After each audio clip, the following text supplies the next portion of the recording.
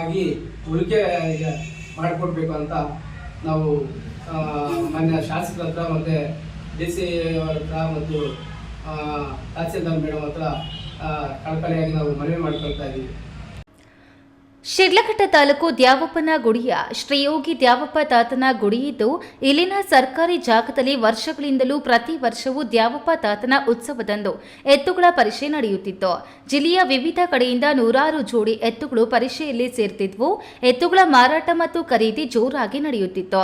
ಆದರೆ ಇದೀಗ ಎತ್ತುಗಳ ಪರಿಷೆ ನಡೆಯುತ್ತಿದ್ದ ಸರ್ಕಾರಿ ಜಾಗಕ್ಕೂ ಒತ್ತುವರಿದಾರರ ಕಣ್ಣು ಬಿದ್ದಿದ್ದು ಅಕ್ಕಪಕ್ಕದ ಕೆಲವರು ಒತ್ತುವರಿ ಮಾಡಿದ್ದು ಒತ್ತುವರಿಯನ್ನ ತೆರವುಗೊಳಿಸಿ ಸದರಿ ಜಾಗವನ್ನು ಶ್ರೀ ಯೋಗಿ ದ್ಯಾವಪ್ಪ ತಾತನ ಎತ್ತುಗಳ ಪರಿಷೆಗೆ ಮೀಸಲು ಇಡುವಂತೆ ಯೋಗಿ ದ್ಯಾವಪ್ಪ ತಾತನ ಭಕ್ತರು ಕೋಟಹಳ್ಳಿ ಗ್ರಾಮಸ್ಥರು ಸುದ್ದಿಗೋಷ್ಠಿ ನಡೆಸಿ ಒತ್ತಾಯಿಸಿದ್ರು. ಮುಖಂಡ ಕೋಟಹಳ್ಳಿ ಈರೇಗೌಡ ಮಾತನಾಡಿ, ಸರ್ಕಾರಿ ಜಮೀನು ಸರ್ವೆ ನಂಬರ್ 28ರಲ್ಲಿ 12 ಎಕರೆ ಜಮೀನು ಇದ್ದು ಇದರಲ್ಲಿ 3 ಎಕರೆ ಜಮೀನು ಸರ್ಕಾರಿ ತೋಪು ನಿರ್ಮಾಣಕ್ಕೆ ಮೀಸಲಾಗಿದೆ. ಇನ್ನುಳಿದ ಜಮೀನಿನಲ್ಲಿ ಅನೇಕ ವರ್ಷಗಳಿಂದಲೂ ಶ್ರೀ ಯೋಗಿ ದ್ಯಾವಪ್ಪ ತಾತನ ಜಾತ್ರೆಯೊಂದು ಎತ್ತುಗಳ ಪರಿಷೆ ನಡೆಯುತ್ತಿತ್ತು.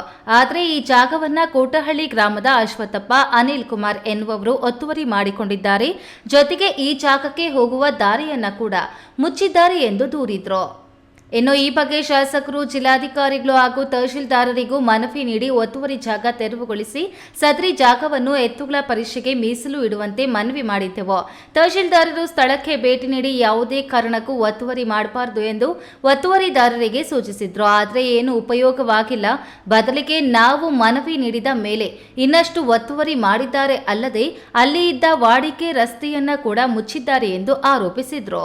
ಕೂಡಲೇ ಸಂಬಂಧಿಸಿದ ಅಧಿಕಾರಿಗಳು ಸ್ಥಳ ಪರಿಶೀಲಿಸಿ ಒತ್ತುವರಿಯನ್ನು ತೆರವುಗೊಳಿಸಿ ಸದರಿ ಜಾಗವನ್ನು ಶ್ರೀ ಯೋಗಿ ದ್ಯಾವಪ್ಪ ತಾತನ ಎತ್ತುಗಳ ಪರಿಷೆಗೆ ಮೀಸಲು ಇಡುವಂತೆ ಆಗ್ರಹಿಸಿದ್ರು. ದಾರಿ ಮುಚ್ಚಿ ಹಾಕಿದ್ದನ್ನ ಹಾಗೂ ಒತ್ತುವರಿಯನ್ನು ಪ್ರಶ್ನಿಸಿದ್ದಕ್ಕೆ ನಮ್ಮ ಮೇಲೆ ಸೇರಿದಂತೆ 8 ಮಂದಿಯ ವಿರುದ್ಧ ಜಾತಿ ನಿಂದನೆ ಕೇಸನ್ನ ನೀಡಿದ್ದಾರೆ. ನಾವು ಯಾರು ಸ್ಥಳದಲ್ಲೇ ಇರಲಿಲ್ಲ. ಆದರೂ ಉದ್ದೇಶಪೂರ್ವಕವಾಗಿ ನಮ್ಮ ಮೇಲೆ ದೂರು ನೀಡಿ ಇನ್ನಿಲ್ಲದ ಕಿರುಕುಳ ನೀಡುತ್ತಿದ್ದಾರೆ ಎಂದು ದೂರಿದ್ರು. ಅಲ್ಲಿ ಉಳುಮೆ ಮಾಡಿದ್ದಾರೆ ಅಂತ ನಮಗೆಲ್ಲ ದೂರ ಹೇಳಿದ್ದಾರೆ ಅಂತ ಹೇಳ್ಬಿಟ್ಟು ಪಕ್ಕದ ಮನೆಯವ್ರ ಹತ್ರ ಹೋಗಿ ಗಲಾಟೆ ಮಾಡ್ತಾ ಇದ್ರು.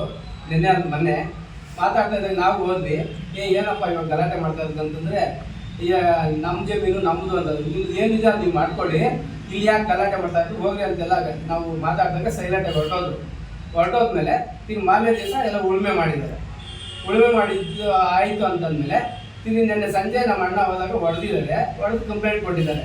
ಕಂಪ್ಲೇಂಟ್ ಕೊಟ್ಟಿದ್ದಾದ್ಮೇಲೆ ನಮ್ಮ ಅಣ್ಣವರು ಜೊತೆ ನನಗೂ ಫೋನ್ ಮಾಡಿದ್ರು.